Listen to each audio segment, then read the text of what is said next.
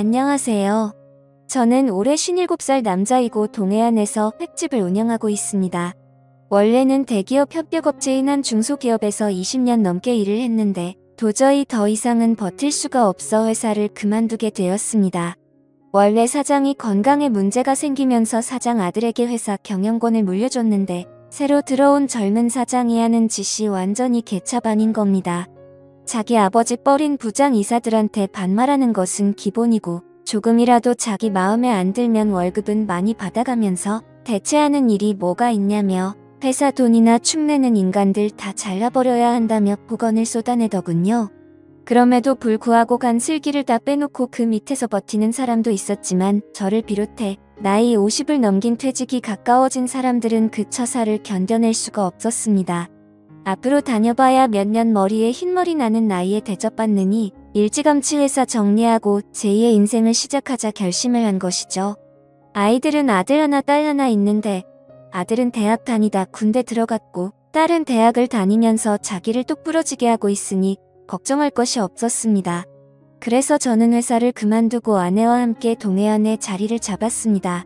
아내는 손 감각이 좋고 요리에 관심이 많아 일식, 한식, 중식 요리사 자격증을 가지고 있습니다. 진작부터 식당을 해보려고 했지만 식당을 시작할 자금이 없어서 퇴직 끝나면 그때 식당을 하자며 미루고 있었는데 회사를 그만두면서 식당을 시작하게 된 거죠.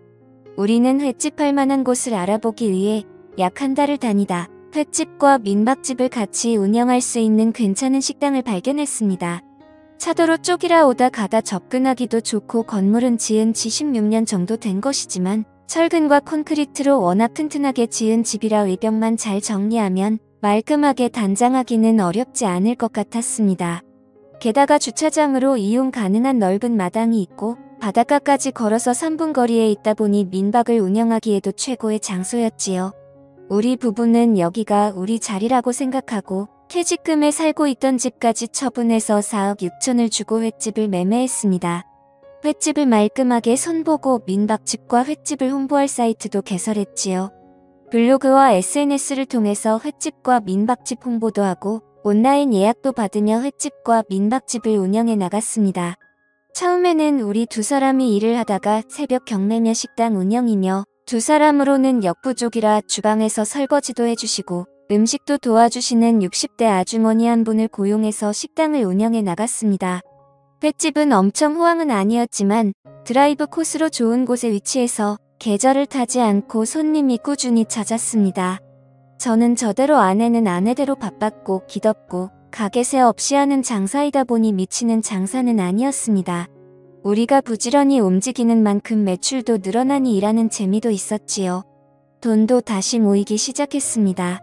아내는 원래 사람한테 부침성이 있고 사업 수완이 좋아 한 번 온 손님들도 단골로 만들 줄 알고 주변 사람들과도 얼마 지나지 않아 친해져서 사람들을 만나면 얼마 지나지 않아 서로 언니, 동생 하는 사이가 되더군요. 그렇게 4년 무난하게 잘 지냈습니다. 그런데 호사다마라고 하더니 좋은 일에는 꼭 막아 끼더군요. 50 후반에 인생 풀리고 우리 부부 노년 행복하게 잘 지내나 했는데 아내가 제 뒤통수를 칠 줄은 꿈에도 생각 못했습니다. 아내가 동해안으로 이사 온 지 3년 만에 동네 아주머니들이랑 친하게 지내면서 개모임을 하더군요. 한 달에 돈 20만 원씩 내서 1년에 한 번씩 돌아가면서 돈을 받는 걸로 5명이 개를 시작했습니다. 원래는 개주가 따로 있었는데 개주를 하던 아주머니가 나이가 많아 병원 다닐 일이 많아지고 다른데 신경 쓸 겨를이 없어지자 아내가 개주 자리를 물려받아 개주를 하게 되었지요. 개모임을 하는 사람들은 서로 마음도 잘 맞는지 가끔 모여서 술도 한잔하고 봄에는 같이 꽃놀이도 가곤 하더라고요. 우리 식당에 와서 밥을 먹기도 하고요. 그래서 특별한 예약 손님이 없으면 아내는 사람들 만나서 스트레스 푼다며 약속을 잡아서 나가고 일 정리는 주방 아주머니하고 제가 했습니다. 그런데 아내의 외출이 꽤 잦았습니다. 어떤 날은 모임이 있다고 나가고 어떤 날은 돈을 거들러 나간다 하고 저녁이 되면 손님 빠지기 무섭게 밖으로 나가더라고요. 무슨 재미난 약속이라도 잡아놓았는지 일을 하면서도 손님들 언제 빠지나 눈이 빠지게 기다리면서 시계 한 번 쳐다보고 손님 한 번 쳐다보고 나가고 싶어서 한 달이나 있었습니다. 그런데 한 번 나가도 길어야 2시간이라 크게 신경 쓰지 않았습니다. 그냥 바람 쐬러 다녀오나 보다 생각했지요. 그런데 어느 날 아내가 나가고 바로 손님 4명이 왔습니다. 아내가 없으면 해를 뜰 사람이 없어 저는 아내한테 바로 전화를 했지요. 그런데 아무리 전화를 해도 전화를 안 받는 겁니다. 그래서 손님들한테 너무 죄송하다며 오늘 주방에서 일하는 사람이 일찍 나갔다고 다음에 오시거나 아니면 한 종류로 드시라고 했지요. 그랬더니 그냥 해물탕으로 해달라고 하셔서 주방 아주머니한테 해물탕을 달라고 말씀드리고 저는 계속 아내한테 전화를 걸어봤습니다. 그런데 한참 동안 전화를 받지 않더니 20통도 넘게 했을 때 그제야 아내가 전화를 받더라고요. 저는 순간 너무 짜증이 나서 손님 왔는데 뭐 하는 거냐며 왜 전화도 안 받냐고 소리를 쳤더니 아내가 어쩔 줄을 몰라 하면서 지금 간다며 30분 후에 도착했더라고요. 그때 와봐야 이미 손님들은 다 먹고 있었고 급한 불은 다 끈 다음이었지요. 저는 주방 아주머니 고생하셨다고 먼저 가시라고 하고 아내하고 늦게까지 정리하고 집으로 왔습니다. 제가 도대체 뭐 한다고 전화 오는 줄도 몰랐냐면서 전화는 왜 안 받았냐고 하니 언니 동생들하고 수다 떨다 전화를 진동으로 해놔서 몰랐다고 다음에는 전화 잘 받겠다고 하더군요. 그래서 저는 한 번만 더 이런 식으로 하면 앞으로 개모임이고 뭐고 아무데도 못 갈 줄 알라면서 단단히 일러두었지요. 아내는 알겠다고 다음부터는 전화 꼭 받겠다고 하더군요. 그리고 며칠 잠잠하더니 그 다음 주 아내는 한동안 동생하고 언니를 못 봤다고 잠깐 보고 와도 되겠냐고 하더라고요. 그래서 저는 그때 한마디 한 것 때문에 내 눈치 보는 것이 미안해서 나갔다 오라고 했죠. 하루 종일 일한다고 힘들었으니 스트레스 풀고 오라고요. 그런데 그 다음날 아내하고 개모임을 하는 아주머니 한 분이 식구들하고 저녁을 먹는다고 우리 식당에 왔습니다. 그리고는 아내를 보자마자 요새 식당이 엄청 바쁜가 봐 얼굴 보기가 힘드네. 하기사 얼굴 보는 게 뭐 대수야 식당 잘 되는 것 같아서 나도 좋네. 하더라고요. 그랬더니 아내가 제 눈치를 보면서 대답도 제대로 못하고 그냥 그렇지 뭐 말을 얼버무리더니 뭐 먹을 거냐면서 말을 돌리더라고요. 저는 이상하다 싶었지요. 어제 분명히 개모임 갔다 온다고 했는데 개모임에 같이 하는 사람이 얼굴 본 지 오래됐다니요. 무슨 착오가 있는 건가 싶어 밤에 아내에게 어제 모임에 안 나갔냐고 물었지요. 그랬더니 아내가 그러더라고요. 당연히 갔었지. 그런데 저 언니가 늦게 와서 나를 못 봐서 그래. 나는 당신 기다릴까봐 일찍 나왔지. 그래서 그러는 거야. 그때까지만 해도 저는 아내 말을 믿었습니다. 그런데 그 다음날 아내가 오늘 식당에 손님도 일찍 떨어졌으니 또 나갔다 오겠다고 하더라고요. 그래서 어디를 또 나가냐고 하니 오늘은 오랜만에 여자들끼리 모여서 노래방에 가기로 했다나요. 그래서 알겠다며 보냈는데 아내가 나가자 식당에서 일하는 아주머니가 혼잣말로 찝찝해. 나는 저렇게 성실하게 식당에 붙어서 일하는데 저렇게 틈만 나면 나가니 소문이 나지 않나? 어쩌려고 저러는 건지?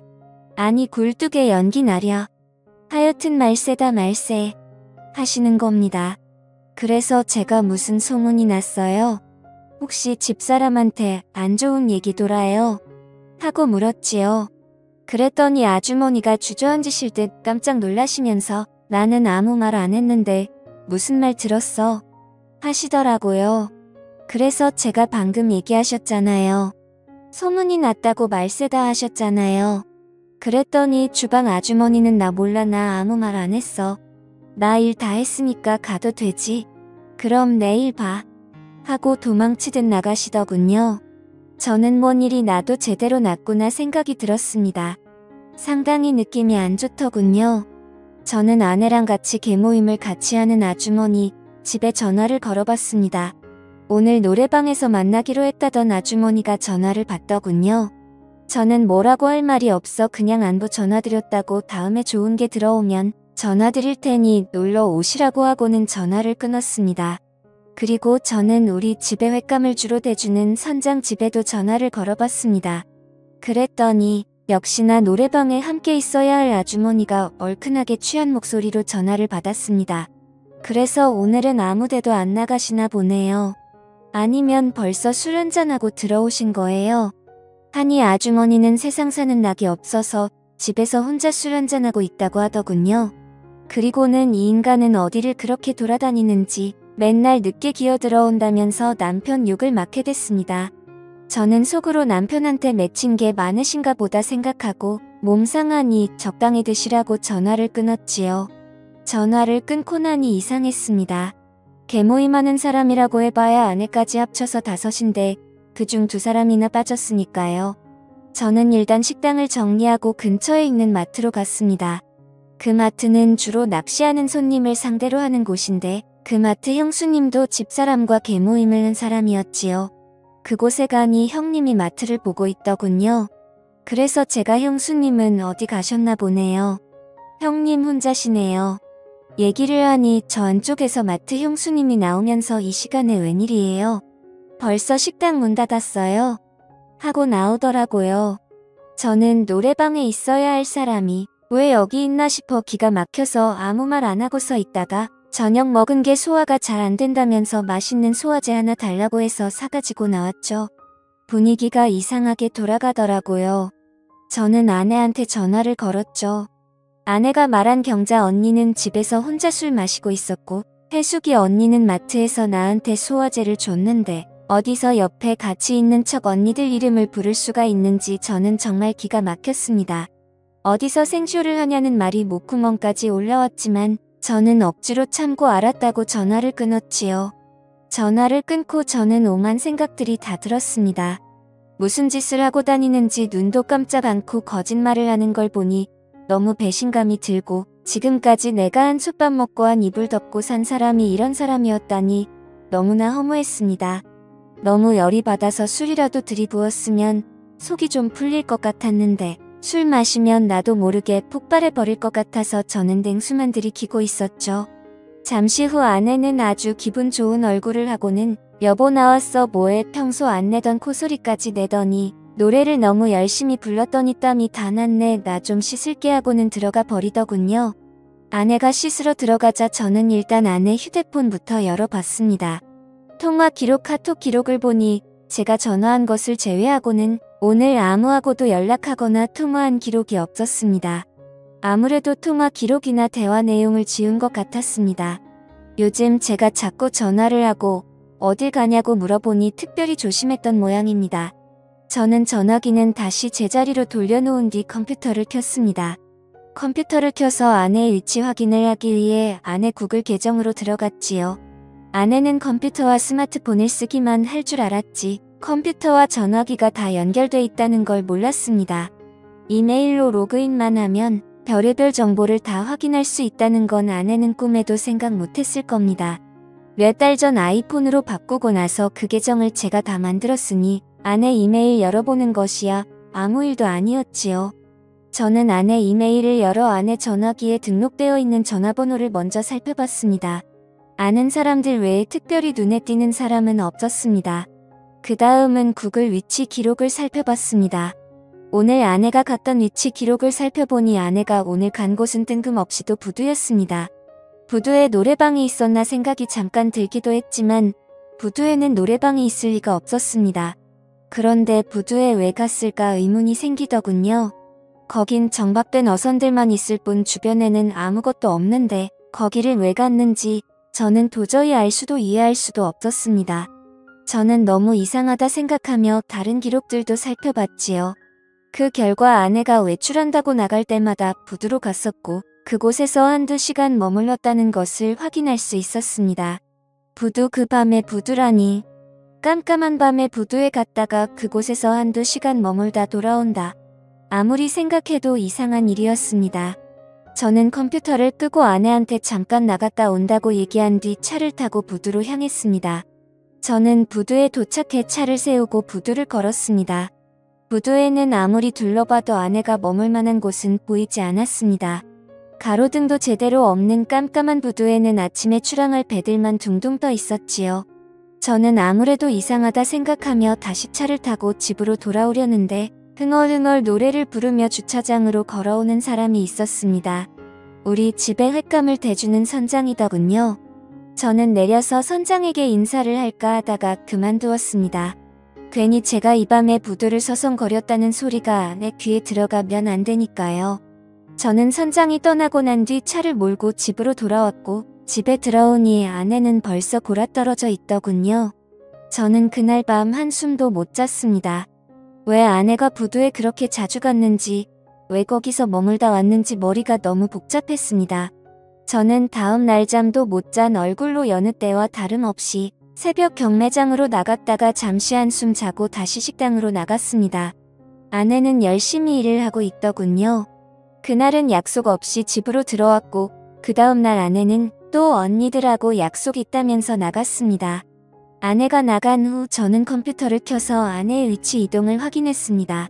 아니나 다를까 아내는 또 부두로 향하더군요. 저는 택시를 불러서 타고 부두로 향했습니다.